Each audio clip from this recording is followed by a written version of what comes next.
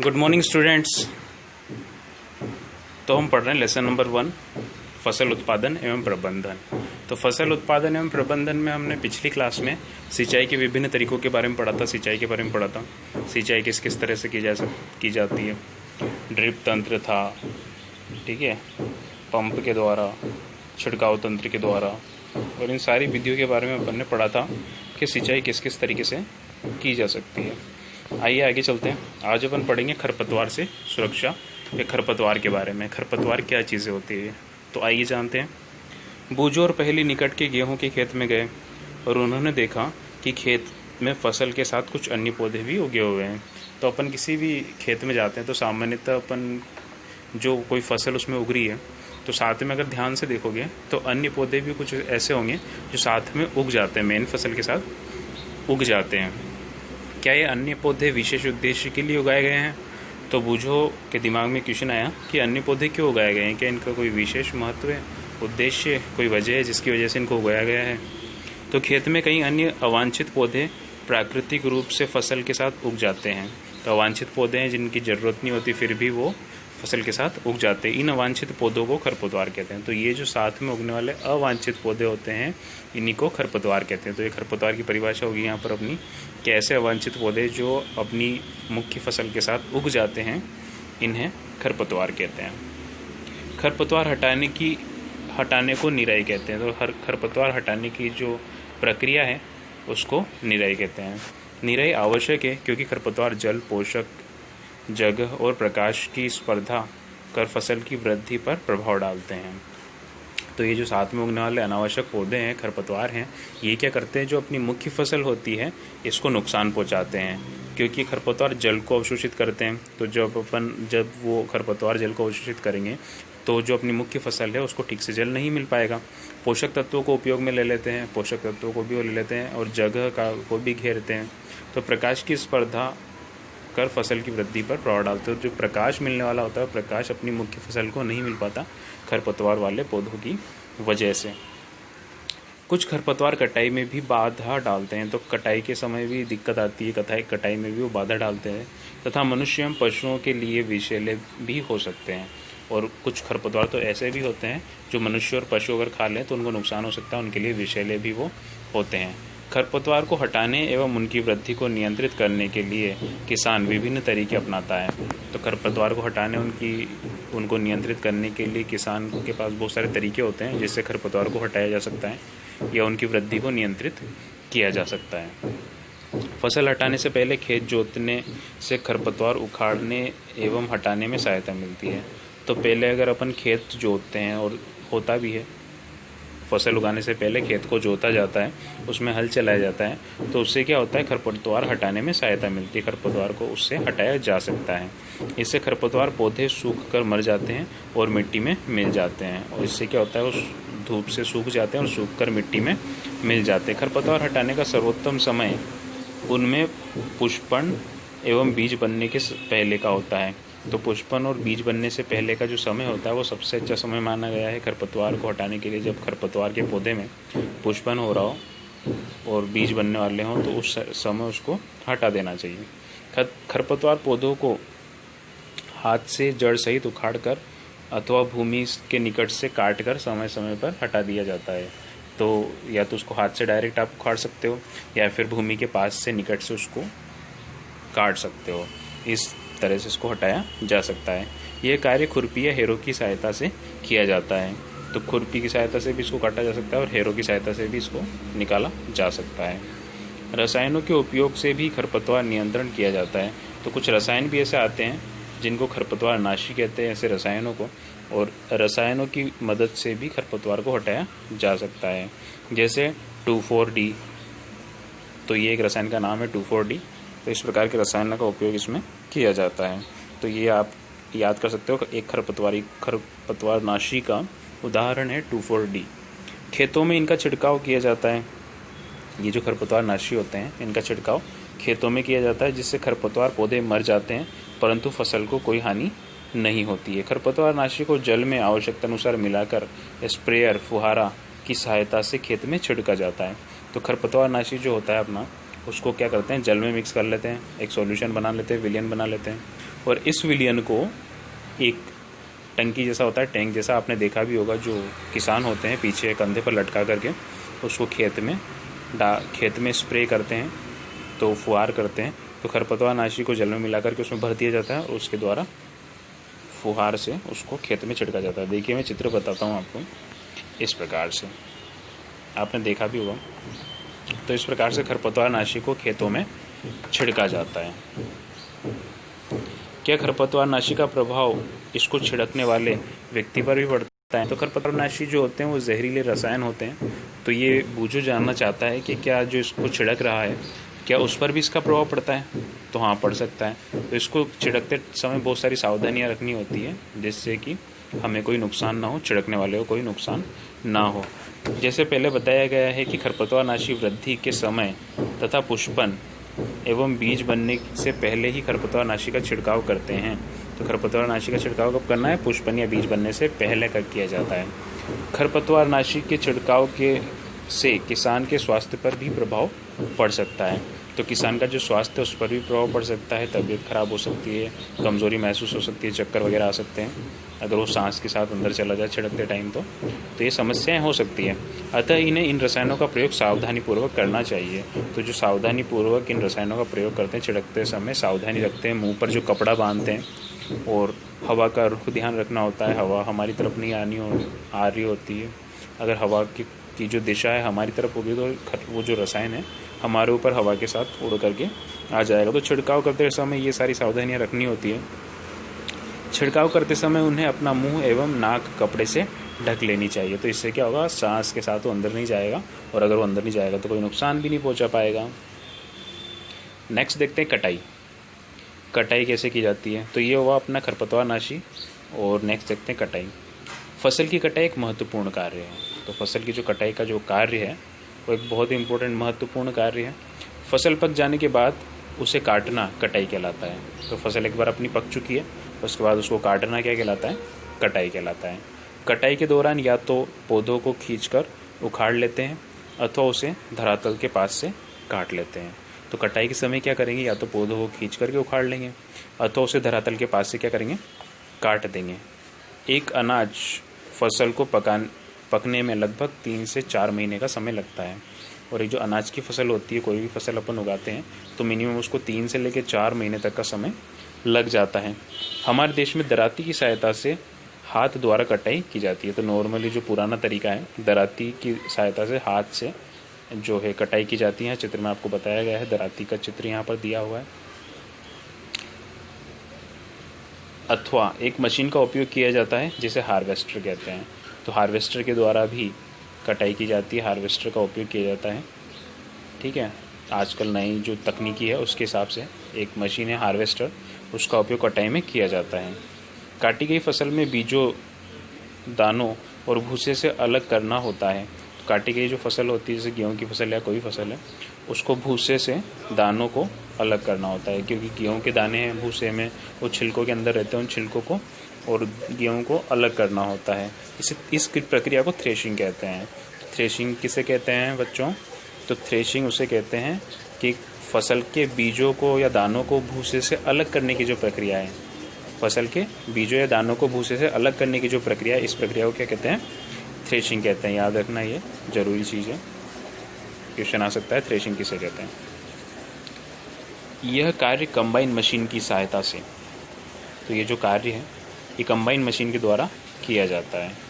Threshing का कार्य, कटाई का कार्य कंबाइन मशीन के द्वारा किया जाता है। देखो कंबाइन मशीन का चित्र है यहाँ पर, अभी देखेंगे अपन दोबारा, जो वास्तव में हार्वेस्टर और थ्रेशर का संयुक्त रूप है।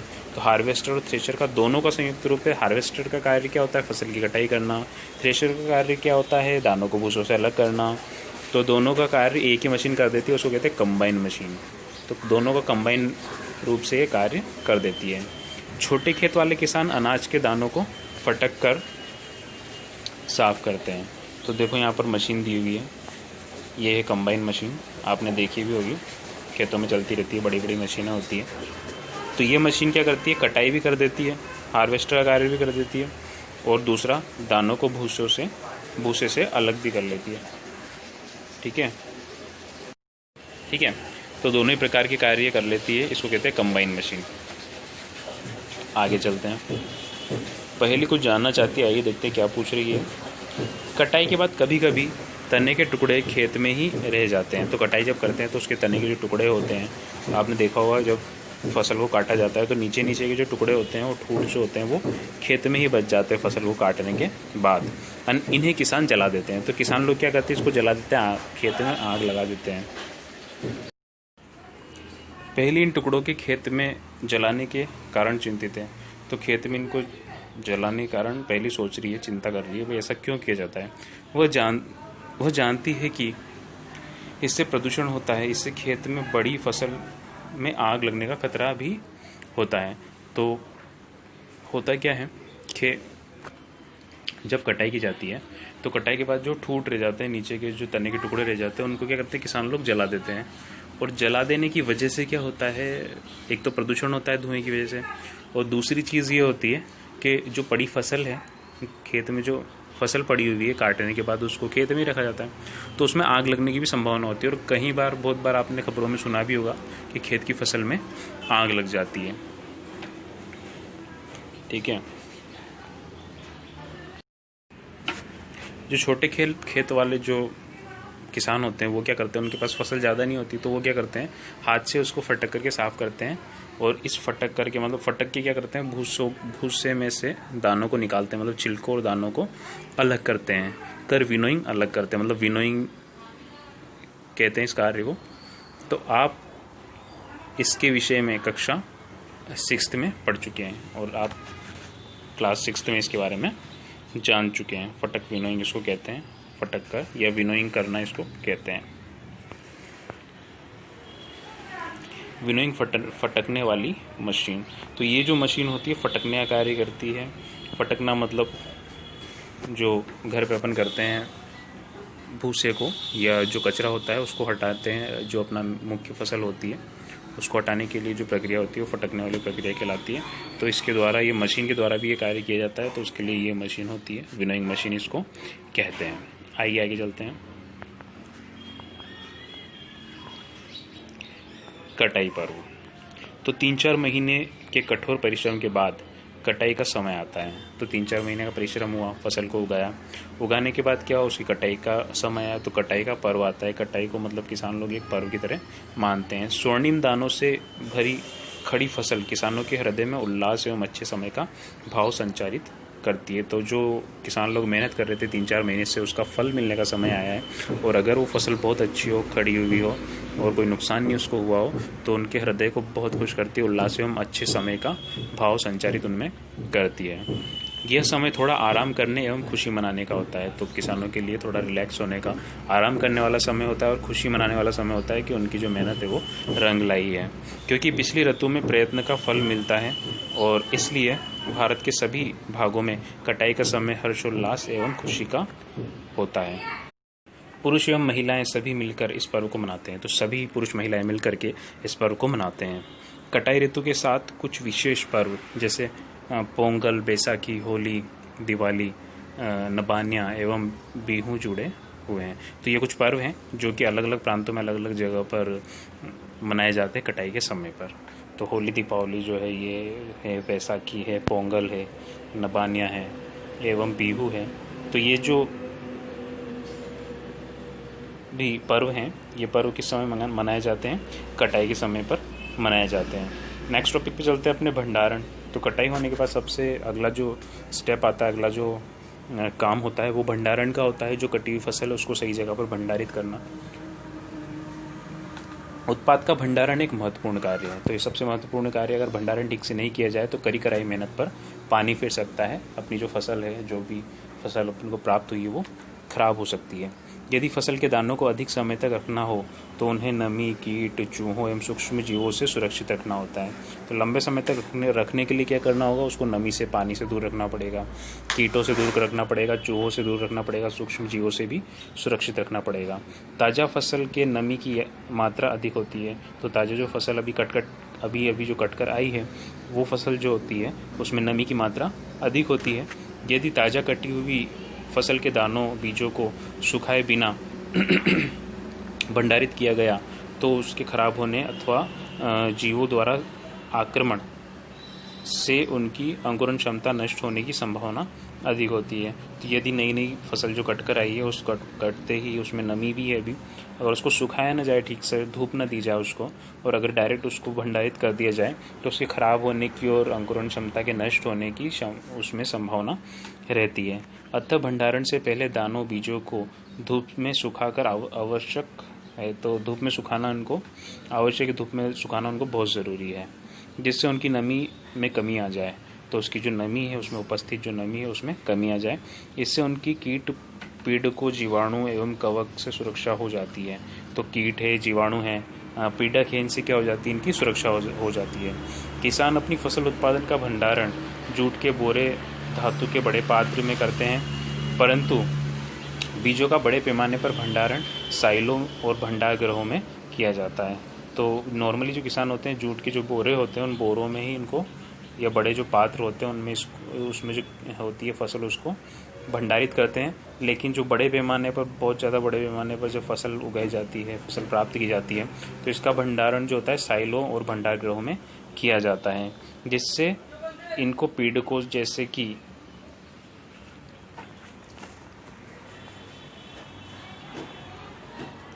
चूहे एवं कीटों से सुरक्षित रखा जा सके। ठीक है, तो चित्र 1.10 में आपको बताया हुआ, ए और बी में आपको बताया हुआ, देखिए अपन चलते हैं 1.10। तो ये 1.10 चित्र है, इसमें अनाज भंडारण हेतु साइल जो होते हैं, बड़े बड़े जो पात्र जैसे आपको गोल गोल दिख रहे हैं, ये बड़े बड़े पात्र हैं जिनमें क्या होता है, अनाज को भर करके रखा जाता है। ठीक है, और सारी व्यवस्था इसमें होती है कि कीट इसमें ना लगे, कीड़े ना लगे और फसल अपनी नष्ट ना हो। तो नेक्स्ट देखते हैं अपन भंडार गृह में अनाज का भंडारण। जो भंडार गृह होते हैं वो इस प्रकार से होते हैं, और बोरों में भर करके भंडार, बड़े बड़े भंडार गृहों में इनको रखा जाता है, और सभी तरह से इसका ध्यान रखा जाता है, किसी प्रकार से फसल को हानि ना पहुँचे, फसल खराब ना हो। ठीक है, पहले कुछ पूछ रही थी यहाँ पर, अपन ने देखा नहीं। मैंने अपनी माँ को अनाज रखे लोहे के ड्रम में नीम की सूखी पत्तियाँ रखते देखा है, मुझे आश्चर्य हुआ क्यों। तो पहेली क्या बोल रही है, पहेली ने क्या देखा कि जो उसकी मम्मी है, वो माँ क्या कर रही है, अनाज के जो बड़े बड़े लोहे के पात्र हैं उनमें सूखी पत्तियाँ, नीम की सूखी पत्तियाँ रख रही है। तो उसको कन्फ्यूजन हुआ, भाई ऐसा क्यों कर रही है मम्मी। तो ऐसा इसलिए किया जाता है ताकि वो जो फसल है अपनी वो नष्ट ना हो, खराब ना हो। नीम की सूखी पत्तियाँ घरों में अनाज के भंडारण में उपयोग में ली जाती है। तो नीम की सूखी पत्तियों का आपने भी देखा होगा, घरों में जो अपने घर वाले होते हैं वो अनाज के जो बड़े बड़े पात्र होते हैं उनमें नीम की सूखी पत्तियाँ रखते हैं ताकि वो अपनी फसल है वो खराब ना हो। बड़े भंडार गृहों में अनाज को पीड़कों एवं सूक्ष्म जीवों से सुरक्षित रखने के लिए रासायनिक उपचार भी किया जाता है। तो बड़े बड़े भंडार गृह जो होते हैं वहाँ पर सूक्ष्म जीवों से उनको सुरक्षित रखने के लिए फसल को रासायनिक उपचार भी किया जाता है। रसायनों के माध्यम से अनाज को पीड़कों और जो कीट हैं, जीवाणु हैं, उनसे दूर रखा जाता है, उनको नष्ट कर दिया जाता है। नेक्स्ट जो अपना टॉपिक है जंतुओं से पोषण। तो जंतुओं से भी हम पोषण प्राप्त करते हैं, पौधों से पोषण अपन ने पढ़ लिया है, और जंतुओं से अपन जो इंसान होते हैं वो किस प्रकार से पोषण प्राप्त करते हैं ये जानते हैं। तो जैसे कि आप जंतु उत्पादों का यूज़ करते हो अपने खाने की सामग्री के रूप में, जैसे दूध है, तो दूध एक जंतु उत्पाद है जो कि गाय, भैंस, बकरी आदि से अपन को प्राप्त होता है। जैसे कुछ जो मांसाहारी होते हैं मांस का उपयोग करते हैं, जो कि ये भी जंतुओं से प्राप्त होता है। अंडे हैं तो अंडे भी मुर्गी वगैरह से प्राप्त होते हैं। तो ये सारे क्या हैं, जंतु उत्पाद है जो कि भोजन के रूप में जो अपन है वो ग्रहण करते हैं। इस सारणी की पूर्ति करने के पश्चात आपने देखा होगा कि पौधों की तरह ही जंतु भी हमें विभिन्न प्रकार के खाद्य पदार्थ प्रदान करते हैं। तो जंतुओं से भी विभिन्न प्रकार के खाद्य पदार्थ प्राप्त होते हैं।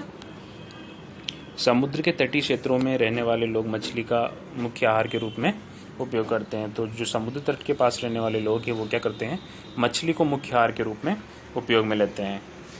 पिछली कक्षाओं में पौधों से प्राप्त होने वाले खाद्य पदार्थों के विषय में आप पढ़ चुके हैं।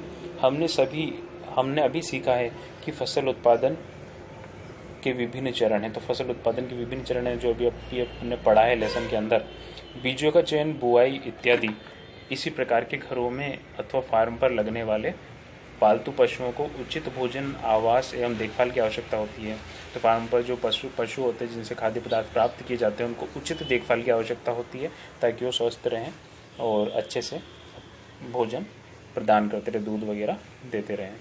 भोजन, आवास एवं देखभाल की आवश्यकता होती है, ये बड़े पैमाने पर किया जाता है तो इसे पशुपालन कहते हैं। इन पशुओं को इन आवश्यकताओं के लिए बड़े पैमाने पर पाला जाता है। जैसे बहुत लोग मुर्गियों को पालते हैं, बहुत सारे लोग जो होते हैं गाय भैंसों को पालते हैं। तो क्यों पालते हैं? ताकि इनसे ये जो खाद्य पदार्थ हैं, दूध, अंडे वगैरह, ये प्राप्त होते रहें। और इस प्रकार जब बड़े पैमाने पर पशुओं को पाला जाता है तो इस प्रक्रिया को क्या कहते हैं? पशुपालन कहते हैं। मछली स्वास्थ्य के लिए अच्छा आहार है। हमें मछली के कॉड लिवर तेल मिलता है। तो जो मछली होती है, पहली बोल रही है कि एक अच्छा आहार है जो मछली है खाने के लिए। और हमें इस क्यों अच्छा आहार? क्योंकि इससे कॉड लिवर ऑयल मिलता है जो कि नॉर्मली कहीं मिलता नहीं है। वो ओनली एक फिश ही ऐसा फूड है, खाना है जिसके अंदर ये होता है, जिसमें विटामिन डी अधिक मात्रा में होता है। तो कॉड लिवर ऑयल जो होता है, कॉड लिवर तेल जो होता है, इस तेल के अंदर क्या होता है? विटामिन डी सबसे अधिक मात्रा में होता है। इस वजह से ये एक अच्छा आहार माना जाता है। ठीक है, तो यहीं पर अपना लेसन ख़त्म होता है। तो लेसन आपका ख़त्म हो गया है। आइए देखते हैं आगे क्वेश्चन आंसर्स क्या क्या है। तो क्वेश्चन आंसर्स आपके बुक में पीछे दिए हुए हैं, यहाँ पर भी वही है। तो उचित शब्द छाँट कर रिक्त स्थानों की पूर्ति कीजिए। तो इसमें क्या करना है आपको? उचित शब्द छाँट कर रिक्त स्थानों की पूर्ति करनी है। एक स्थान पर एक ही प्रकार की बड़ी मात्रा में उगाए गए पौधों को क्या कहते हैं? फसल कहते हैं। तो फसल की परिभाषा हो जाती है यहाँ पर, रिक्त स्थान में क्या आएगा? फसल आएगा। फसल उगाने से पहले प्रथम चरण मिट्टी की तैयारी करना होता है। तो ये तैयारी यहाँ पर छाट के लिखना है अपन को। तो ऊपर देखिए शब्द लिखे हुए हैं, इन्हीं में से देख करके जो सही शब्द है उसे चुन करके अपने रिक्त स्थान की आपको पूर्ति करनी है। क्षतिग्रस्त बीज जल की सतह पर तैरने लगेंगे। अगर पानी में इनको डालोगे बीजों को तो जो क्षतिग्रस्त बीज है वो तैरने लगेंगे। तो तैरना यहाँ पर आएगा। फसल उगाने के लिए पर्याप्त सूर्य का प्रकाश एवं मिट्टी से जल तथा पोषक आवश्यक हैं। तो जल और पोषक यहाँ पर आ जाएगा। तो यहाँ पर देखिए आंसर्स आपको दिए हुए हैं, ये सारे आंसर्स क ख ग क में ये आएगा, ख में आएगा, ग में आएगा और घ में ये आएगा। तो यहाँ से भी आप लिख सकते हो। नेक्स्ट क्वेश्चन पे चलते हैं अपन। कॉलम क्वेश्चन नंबर 2 यहाँ पर दिया हुआ है, नीचे देखिए। कॉलम ए में दिए गए शब्दों का मिलान कॉलम बी से कीजिए। तो कॉलम ए का मिलान अपन को कॉलम बी से करना है। तो यहाँ पर डायरेक्ट क्वेश्चन है ये जो आपकी बुक में दिया हुआ है, और यहाँ पर ये आंसर है। तो आंसर खरीफ की फसल है धान है, मक्का, रबी की फसल है गेहूँ, चना, मटर। रासायनिक उर्वरक यूरिया एवं सुपर फॉस्फेट आ जाएगा। कार्बनिक खाद जो है पशु अपशिष्ट, गोबर, मूत्र एवं पादप अवशेष आ जाएंगे। ठीक है, तो ये सारी चीज़ें। नेक्स्ट आपका जो क्वेश्चन दिया हुआ है, निम्नलिखित को 2 उदाहरण दीजिए। खरीफ की फसल, रबी की फसल। जो खरीफ की फसल है मक्का और धान, इसके 2 उदाहरण है। रबी की फसल जो है गेहूँ और चना, इसके 2 उदाहरण है। नेक्स्ट क्वेश्चन पे चलते हैं। निम्न पर अपने शब्दों में एक एक पैराग्राफ लिखिए। तो मिट्टी तैयार करना, बुआई करना, निराई करना, थ्रेशिंग करना, तो ये सभी के यहाँ पर दिए हुए हैं। मिट्टी तैयार करना यहाँ पर दिया हुआ है, ठीक है, ये आपको दिखाई दे रहा होगा। और यहाँ पर दिया हुआ है बुआई करना। तो ये यहाँ से आपको उतारना है, यहाँ से आंसर्स लिखने हैं। नेक्स्ट चलते हैं। आगे का इधर दिया हुआ है निराई करना और थ्रेशिंग। तो यहाँ से आपको ये एक एक पैराग्राफ लिखना है। स्पष्ट कीजिए कि उर्वरक खाद से किस प्रकार भिन्न है। तो उर्वरक खाद से भिन्न है किस प्रकार है वो आपको यहाँ पर स्पष्ट करके। तो उर्वरक के बारे में यहाँ 5 पॉइंट्स दिए हुए हैं, खाद के बारे में यहाँ पॉइंट्स दिए हुए हैं। तो यहाँ से आपको ये लिखना है। तो ये अंतर हो गया उर्वरक और खाद में। और नेक्स्ट अपना क्वेश्चन, सिंचाई किसे कहते हैं? जल संरक्षित करने वाली सिंचाई की 2 विधियों का वर्णन कीजिए। तो सिंचाई की यहाँ पर परिभाषा दी हुई है, देखो यहाँ पर। फसलों को कृत्रिम रूप से आवश्यकता अनुसार पानी देना सिंचाई कहलाता है। तो कृत्रिम रूप से जब पानी दिया जाता है पंपों के माध्यम से या फिर नहर के माध्यम से, नदी के माध्यम से, तो इससे क्या कहते हैं? सिंचाई कहते हैं। जीवित रहने के लिए पौधे को जल की आवश्यकता होती है। तो पौधे में लगभग 90% जल होता है। फसल की स्वस्थ वृद्धि के लिए मिट्टी की नमी बनाए रखना बहुत ज़रूरी होता है, जिसके लिए निम्न अंतराल पर, विभिन्न अंतराल पर जल देना सिंचाई कहलाता है। तो विभिन्न अंतराल पर जल देना भी क्या कहलाता है? सिंचाई कहलाता है। तो ये भी इसकी परिभाषा हो जाती है। जल संरक्षित करने वाली सिंचाई की 2 विधियाँ निम्नलिखित हैं। तो 2 विधियाँ, छिड़काव तंत्र, ड्रिप तंत्र, यहाँ से आपको लिखना है। नेक्स्ट क्वेश्चन, यदि गेहूं को खरीफ ऋतु में उगाया जाए तो क्या होगा, चर्चा कीजिए। जो सही ऋतु में नहीं उगाएंगे और गलत ऋतु में उगाएंगे तो फिर वो जो फसल है वो ठीक से नहीं हो पाएगी। गेहूं जो है रबी की फसल है, इसे शीत ऋतु में उगाया जाता है और शीत ऋतु में जून सितंबर तक इसको उगाया जाता है, जून से सितंबर तक। और इस समय वर्षा काफ़ी अधिक मात्रा में होती है, इसलिए इसे वर्षा ऋतु भी कहते हैं। यदि गेहूँ को इस समय उगाया जाए तो गेहूं के पौधे अधिक मात्रा में पानी मिलने की वजह से सड़कर ख़राब हो जाएंगे और वर्षा की इतनी ज़्यादा ज़रूरत नहीं होती, इसलिए इसको वर्षा ऋतु में नहीं उगाया जाता और ख़राब हो जाएंगे तो फसल भी ठीक से नहीं हो पाएगी। चलिए आगे चलते हैं। नेक्स्ट क्वेश्चन आपको दिया हुआ है, खेत में लगातार फसल उगाने से मिट्टी पर क्या प्रभाव पड़ता है। तो लगातार फसल नहीं उगानी चाहिए, कम से कम एक समय पर इसको छोड़ देना चाहिए ऐसे ही, ताकि उसके पोषक तत्वों की पर्याप्त मात्रा उसमें वापस से आ पाए। ठीक है। नेक्स्ट क्वेश्चन है, खरपतवार क्या है, हम उनका नियंत्रण कैसे कर सकते हैं। तो खरपतवार का नियंत्रण कैसे कर सकते हैं, गुड़ाई निराई करके या फिर उनको हटा करके, खरपतवार नाशी का छिड़काव करके, और ये सारी बातें हैं ये आपको यहाँ से नोट करनी है। नेक्स्ट क्वेश्चन है, निम्न बॉक्स में सही क्रम में इस प्रकार लगाइए कि गन्ने की फसल उगाने का रेखाचित्र बने हैं। तो गन्ने की फसल को किस प्रकार उगाया जा सकता है, आइए देखते हैं। तो यहाँ पर अपने क्वेश्चन में दिया फसल को चीनी में भेजना, सेकेंड है सिंचाई, कटाई, फिर है बुआई, फिर है मिट्टी तैयार करना, और फिर है खेत की जुताई करना और बाद में खाद देना।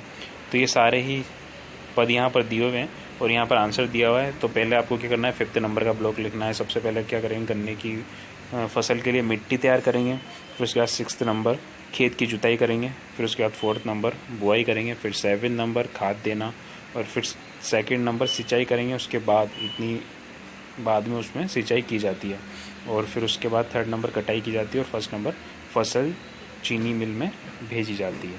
तो ये इसका प्रोसेस होता है। वैसे क्वेश्चन इस प्रकार का आएगा नहीं तुम्हारे, पर कर लो, कोई बात नहीं। ठीक है, तो ये आपके क्वेश्चन इतने ही हैं, यहाँ तक आपको करना है, इससे आगे आपको नहीं करना है। और इनको याद करें ताकि आपका जब भी टेस्ट हो उसमें आप अच्छे स्कोर कर सकें, और अच्छे से इनको तैयारी करके रखें, क्योंकि कभी भी टेस्ट आपका हो सकता है। ठीक है, थैंक यू, बाय।